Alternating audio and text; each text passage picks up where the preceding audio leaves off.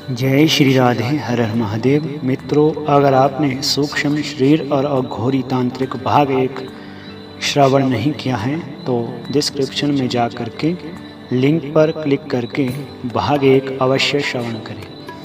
अब आगे, इस समय उसने आरती के पूरे परिवार को उसी पहाड़ी पर तांत्रिक शक्तियों के मोहपाश में जकड़कर कैद किया है।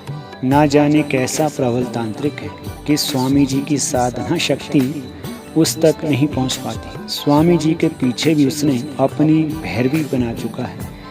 अब वे सभी तंत्र साधिका शक्तियों में संपूर्ण और बहुत शक्तिशाली बन गई है और ब्रह्मानंद की सहायता करती है। वह तांत्रिक नहीं, नर पिशाच अघोरी है। कल रात से उसने स्वामी जी पर मारण मंत्र का प्रयोग प्रारंभ कर दिया है। अब वह चाहता है कि पहले स्वामी जी को समाप्त कर दे, तब आरती को भैरवी बनाने का अनुष्ठान पूरा करे, क्योंकि स्वामी जी के मंत्रों सिद्धियों एवं प्रयोगों के कारण वह 21 दिन बीत जाने पर भी अपने अनुष्ठान में सफल नहीं हो सकता। अब भी वह स्वामी जी पर मारण मंत्रों का प्रयोग कर रहा है। स्वामी जी कल से बिस्तर में पड़े हुए हैं और आपको याद कर रहे हैं। ऐसी अवस्था में वह कोई तंत्र मंत्र भी नहीं कर सकते, क्योंकि सात्विक उपासक है। तामसी ब्रह्मानंद उनका कुछ विनाश कर नहीं सकता, परंतु उन्हें तब तक रोके रख सकता है जब तक वह आरती को अपनी भैरवी न बना ले। और यदि एक बार आरती भैरवी बन गई तो फिर उसका संपूर्ण जीवन नष्ट हो जाएगा। वह ना तो स्वतंत्र हो सकेगी, ना स्वामी जी उसे स्वतंत्र करा सकेंगे। स्वतंत्र करवा भी ले तो क्या वह किसी की पत्नी, किसी की माँ बनकर सुख से रह सकेगी? संपूर्ण वृत्तांत सुनने के बाद मैंने दीर्घ श्वास ली। यही होता है संसारिक मोहमाया, जो व्यक्ति को जन्म जन्मांतरों तक नहीं छोड़ती। इस जन्म में स्वामी जी सन्यासी हैं, बाल ब्रह्मचारी हैं, परंतु उनका मोहपूर्व जन्म की पुत्री से अटक गया। यही माया है, और माया ब्रह्म तथा संसार दोनों की प्रबल शक्ति है। ब्रह्म की शक्ति को विद्या माया या संत माया और संसार की शक्ति को अविद्या या असत माया कहा जाता है। मोह कारण ही स्वामी जी की साधना शक्ति उस तांत्रिक ब्रह्मानंद पर अपना प्रभाव नहीं दिखा पाती। अब मेरी समझ में सब कुछ आ गया है। आपकी क्या योजना है? क्या आप स्वामी जी की कुछ सहायता कर सकेंगे और आरती को बचा सकेंगे? जिस कार्य में स्वामी जी सफल नहीं हो सके उसे मैं कैसे संभाल सकता हूँ, परंतु आप जा करके उनसे कहें कि मैंने वचन दिया है तो उसे पूरा अवश्य ही करूँगा। इस कार्य के लिए मैं औघड़ दैत्यानंद से सहायता की याचना कर चुका हूँ, परंतु मेरी बातें गोपनीय रखेंगे। संध्या समय में और स्वामी जी के शिष्य साथ साथ घर से निकल पड़े। दूसरे दिन दोपहर बाद हिमाचल पहुँच गए। वहाँ से हम दोनों अलग हो गए। वे स्वामी अवधेशानंद के पास चले गए और मैं उस पहाड़ी की ओर चल पड़ा। वास्तव में मुझे उस समय तक कुछ पता नहीं था कि मैं इतने बड़े वामाचारी से कैसे पंगा लूँगा। वीरान अनजानी जगह में शायद मृत्यु का वर्ण करने जा रहा था। बस विश्वास था तो अपनी इष्ट देवी महाकाली और काल भैरव का मन ही मन में चंडी मंत्र का जाप करता हुआ पहाड़ी की पगडंडी पर चल रहा था। अचानक आवाज आई, ठहर जा, ऊपर आने का साहस ना कर, तू मुझे छू नहीं सकता। यह जानते हुए भी रोक रहा था पिशाच।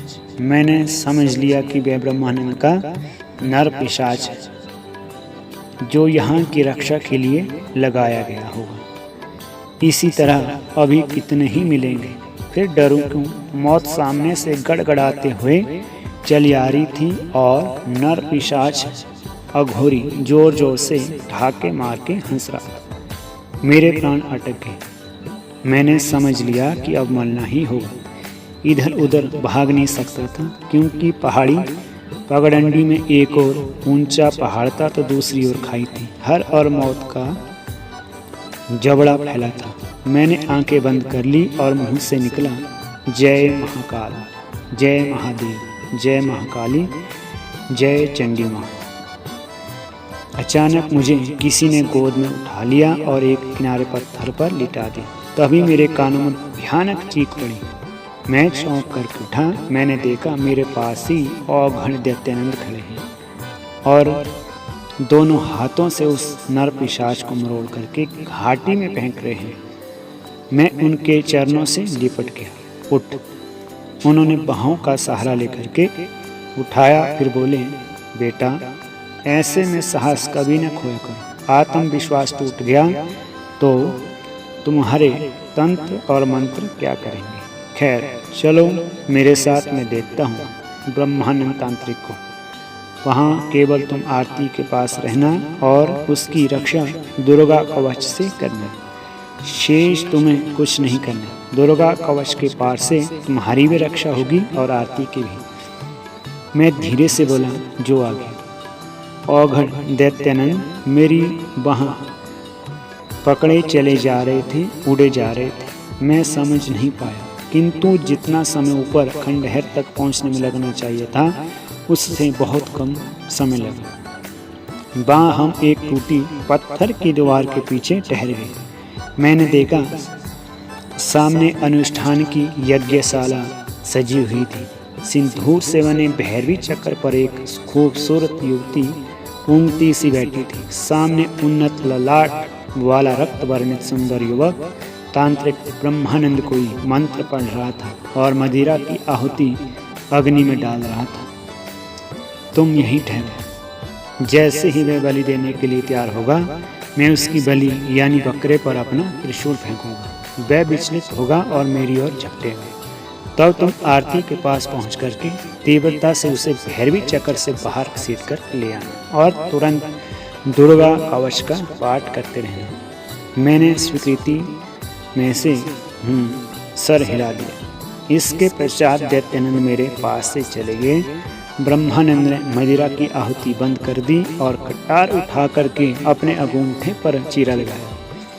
फिर उसी रक्त से छिन्नमस्ता देवी के माथे पर तिलक लगाया। देवी को तिलक लगा करके वे आरती के माथे पर भी उसी रक्त से टीका लगा रहा था। बलि का बकरा पास खड़ा दाने खा रहा था। शायद बलि पूजन वह पहले ही कर चुका था। पास खड़े शिष्य ने कहा, ला बलि, देवी के सामने ला, बकरे को पकड़। एक कदावर युवक ने बकरे को पकड़ करके देवी प्रतिमा और तांत्रिक ब्रह्मानंद के बीच में लिटा दिया। बकरा मैं कर रहा था। तांत्रिक ब्रह्मानंद ने कटार उठा ली थी। तभी आकाश में बादलों के बीच चमकने वाली चपटा की भांति दैत्यानंद का चमचमाता त्रिशूल बकरे के पेट में जा धंसा। वह चीखा, तपा और ठंडा हो गया। किसने ऐसा दुस्साहस किया? किसकी मौत आ गई है? ब्रह्मानंद कटार उठाता हुआ उठ खड़ा हुआ। यही अवसर था कि मैं दौड़ पड़ा।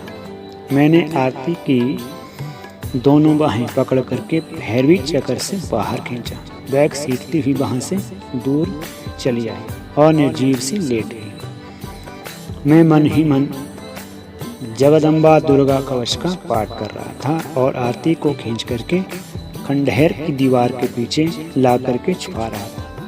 उधर ब्रह्मानंद और औघड़नंद में युद्ध सा छिड़ गया था। मंत्र तंत्र का विचित्र एवं भयानक द्वंद्व था। वह पहले क्या हुआ मैंने कुछ नहीं देखा, क्योंकि मैं आरती को घसीटने में व्यस्त था। परंतु अंत में मैंने देखा कि जो त्रिशूल बकरे के पेट में धंसा था उसी को खींच करके दैत्यानंद ने अग्नि शक्ति मंत्र पढ़ते हुए महाकाल का जयकारा किया और ब्रह्मानंद के सीने में मार दिया। तेज आर्तनाद के साथ ब्रह्मानंद वहीं हवन कुंड के पास गिर गया। उसका तंत्र टूट चुका था। उसके अंतिम स्वर थे, दैत्यानंद अघोरी, याद रखना मैं मरूंगा नहीं, और यदि मर भी गया तो तुझे छोड़ूंगा नहीं। जय काली। दैत्यानंद देवी के प्रतिमा के समक्ष हाथ जोड़ करके घुटनों के बल बैठ गए। उन्होंने काली स्तोत्र पाठ करके वंदना किया कि हे देवी, आप इस बलि को ग्रहण करें और अपने शक्ति पीठ में जाकर के विश्राम करें। शेष पूजन का वचन देता हूँ। और सबके देखते देखते देव प्रतिमा स्वयं खंडित होकर के गिर गई। उसी समय मालती भैरवी मेरे पास आई और मुस्कुरा करके बोली, आज मैं भी मुक्त हुई, आरती को संभालो, होश में लाओ। कह करके मैं दैत्यानंद के पास पहुंचा। बोला, अब क्या आज्ञा है? आज की रात यहीं बीतेगी, कल तुम अपनी राह में अपनी राह चलो, मैं अपनी राह चलूंगा। जब फिर संकट पड़े याद कर लेना, परंतु स्वार्थ हेतु कभी न करना साधना। आपकी कृपा। मैंने मात्र इतना कहा कि आरती की ओर चल पड़ा। वह मोह निद्रा से जाग चुकी थी। आरती उसे उसकी माँ को सौंप नहीं थी। उसकी माँ और उसके परिवार के लोग वहाँ आ गए। उनका सम्मोहन भी टूट गया था, क्योंकि जब ब्रह्मानंद ही नहीं रहा तो उसकी मंत्र शक्ति कैसे बनी रहती। अब मैं कहीं की न रही। जाते जाते यह बता दीजिए कि अब मैं क्या करूं, कहाँ जाऊं, किसके साथ रहूं। मालती ने कहा, स्वतंत्र साधना करो, ब्रह्मानंद की जगह लो, पर उसकी तरह नहीं।